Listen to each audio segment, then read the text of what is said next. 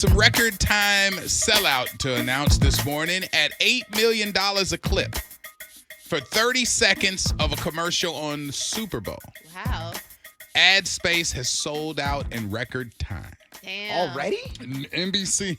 Now, wait till y'all hear why. Okay. NBC Universal has sold out all advertising slots for the Super Bowl LX set for February 8th, 2026 in California at Levi's Stadium. 30-second commercial is priced at a record $8 million, reflecting the high demand from brands in consumer goods, entertainment, finance, and alcohol sectors. The network has also secured 90% of its NFL ad inventory for the season. Wow. Marking its highest grossing NFL season to date. Well, there you go. Is that because of the ESPN effect? That is because Taylor Swift. Maybe. Could be. Taylor Swift. Okay, so the NFL commissioner, Roger Goodell, Yeah. said that he would be open to welcoming Taylor Swift to perform at the Super Bowl halftime show. He said she would be welcome anytime when he was asked by press at his press junket. And then he was asked about it a little bit more extensively. He said, listen, I'm waiting for my friend Jay-Z to tell me that it's going to happen. In 2024, the NFL extended its partnership with Jay-Z.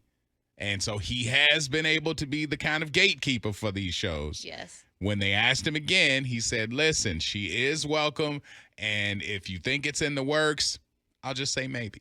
Okay. All right. They're talking maybe in negotiations. Maybe is driving the bus as far as these ads are concerned. I can see that. If it was a no, they would have said it.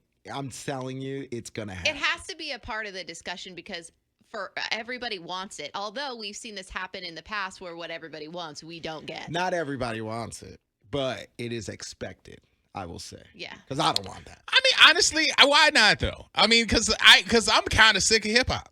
Yeah. And I love hip hop, but it's Yeah. like everybody who they're looking at now to go up on the Super Bowl halftime show stage is dirty.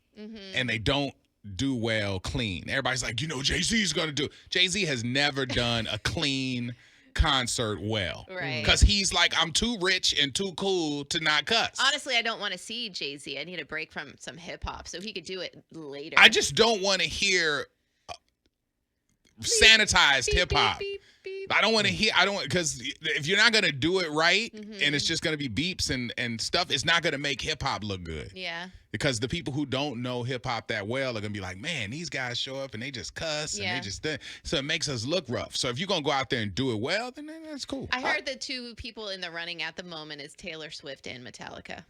I'm not saying it has to be hip hop, but me personally, I would like to see somebody like the Backstreet Boys up there. Oh, yeah. Backstreet Boys and NSYNC together. Ooh, that would be Amazing. fire. We would love that. But you know what? The Backstreet Boys are the winners out of the competition between NSYNC and the Backstreet Boys. Wait, what? Huh? Yeah.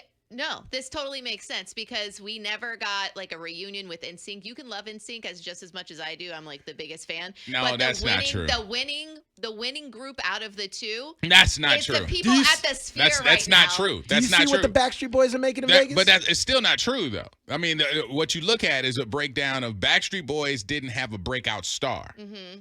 That's why they're available to tour. They didn't do a reunion. As a they, band. They We're didn't not- do. They No, didn't you're do. thinking- Backstreet Boys didn't do a reunion. Right. Right. Because they didn't break up. That is correct. So they're the winner. Can you That stop? don't make them the winner. First, no.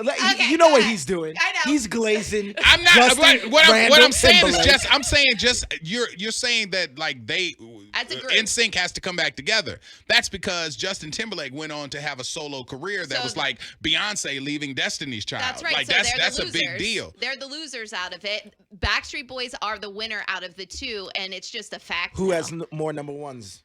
I really couldn't tell you. Backstreet Boys. Okay. Yeah. And that's fine. Yeah. But what I'm saying is It that sucks. like it doesn't mean that Backstreet Boys won because they didn't have a career after their highest career. You know what I'm saying? Like that, like Beyonce, if Beyonce does Destiny's Child where they come back together, that's a huge deal because the big star is coming to bring them back and let them shine again. Hopefully they sound the same. Mm-hmm. Same thing with NSYNC. If they get back together, Justin Timberlake getting back with that kind of like feel Right. is cool. But a band that stayed together forever is not going to be looked at like they won just because they didn't have other options. Like, I mean, nobody wanted to see Nick Carter solo. Nobody wanted to see AJ McLean I think solo. you're focusing too much on solo stuff Yeah. and Justin Timberlake. I'm just talking about the groups together, not breaking up, together. The one between the two, that's the biggest winner at the moment, because it could change down the line, is definitely the Backstreet Boys. And that pains me to say, because I love the Backstreet Boys too, but I loved NSYNC. All right, whatever. Made more too. money, more number ones. And they're at the Sphere. Rich is on Google, so we're going to let him do that while Drake and Central C bop out. Let's go. We got texts coming in. People are sick of Taylor Swift. They're like, y'all going to make me not watch football this season. This one is crazy. Somebody said they'd rather watch Nickelback than Taylor Swift. I like Nickelback. Oh, don't say that out loud. Well, I watched the documentary, and now I'm a Nickelback fan again. All right. So apparently there's no reunion that's going to be in the Atlanta hip hop space because Young Thug is addressing his online backlash after his jail calls was leaked. Yeah. And he said, bashing me is only going to blank up the rap community even more. What? Because people are out here like bashing him because they pulled the curtain and basically showed that there's not a lot of loyalty. Like after Drake got turned on by everybody else, they turned their back on him when he was going through his battle. Now everybody is looking at what was said about Young Thug, because Young Thug was out here talking reckless. I mean, Yeah. he's out here like, in those jail calls, he basically was snitching. Yeah. Trying to. And he was talking about And everybody he was else. talking about a lot. Yeah. Like it was not just, where everybody goes in and tries to be tough and they're like, lawyer. Yeah. That's Stop, it. Stop. He was in there spitting lyrics, Singing. singing the tune. Yeah. And the leaks basically showed, as they say, sensitive commentary about his peers like Drake, like Gunna, who we called a snitch because Gunna pretty much told and got out the mix of the trial. Yeah. And everybody started labeling him as a rat. And then come to find out, the guy that was in there singing doom, doom, doom, da, da. So it sparked a heated debate on loyalty and authenticity and a divide between public image and private behavior in these hip hop artists. And honestly, it's probably welcomed by most because everybody kind of had an idea that the guys that are puffing their chests up the largest Right. weren't necessarily the ones that was real behind closed doors. That's usually the case in life in general, as a matter of fact. I also saw there was something along the lines with him. He also said that any kind of rapper in Atlanta has been done to do. Yeah, with men. Wait, what? Yeah, he was saying that a lot of the rappers out here in Like Atlanta have Like all of them. have taken that distro. That's what he said. And I mean, and the elephant in the room is the dude that wore the most dresses out of everybody was him. Right. So what does that mean? Is he Because we was telling all himself? asking back in the day. We was all asking Of course before we we were. knew he was a mob boss or whatever what's you want to going call on? him or whatever. Jeffrey. Before that, he was Right. in dresses a lot. And we had even when that started, we were in here like, what is going on with the shift in fashion? Well, maybe it's just fashion, like a Vogue thing, No, it's But odd. and it's regular now, by the way. Wearing dresses in Atlanta in Atlanta for men is like the norm now. Have you been to Atlanta? Now, I'm not talking about like don't know if I just. wanna go to- I'm not just talking about like just the sexuality thing. I'm talking about like a fashion play. Yeah. They're dudes who are walking around. I just saw a meme on TikTok a video on TikTok where these two dudes were like skirted up, out here balling, Like mini about to skirts? see, and I mean had pleated tennis skirts. Oh god. And like, regular shirts, but they had like the dreads and whatever, and they out there at an event walking around like they own it. And they're masculine or they're gay? You know what I'm saying? I mean, once you walking in a tennis skirt, I don't, you know what I'm saying? Like, you be the manliest man you want to be, but I'm saying that tennis skirt sway is a little different. Right. It felt to me like they were Yeah. masculine men, but then they put that outfit on. Since he's talking so much about it, do we believe everything he's saying, even when the thing we just brought up about most rappers in Atlanta? He said, Why would you he say said it? something about don't be around baby if you're not trying to get up.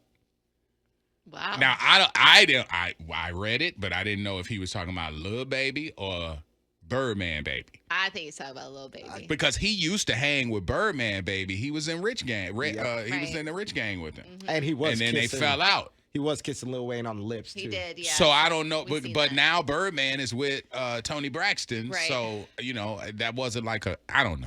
It's all strange. This is I'm telling you. But when the rappers out here telling on rap, I mean, we saw the rappers turn on Drake, and we were like, man, this is weird. There's a lot. Because this is a war. Yeah. And now you got an inside war going on with this, with I the know. snitching, and then the telling, and then the this, that, and The the third, the dresses.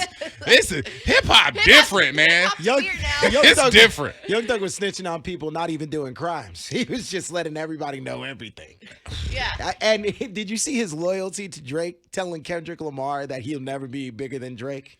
Yeah. Is that what he said on the phone? He said on the phone, yeah. Okay, He so said- that's a win for Drake, right? I guess, if you want to call it that. I mean, but at what cost, though? Was he doing that just because he wanted Drake to continue supporting him? Because him and Yes. Drake still ain't tight. I bet you there was some payment of lawyers or help there monetarily. You never know, like behind the scenes. I'd be loyal to the person that was helping me get off this. Sounds like it's a lot of getting off in Atlanta, man. I just want to tell you. Orlando and the Freak Show. Thank you for watching this video. If you want to support, like, share, subscribe.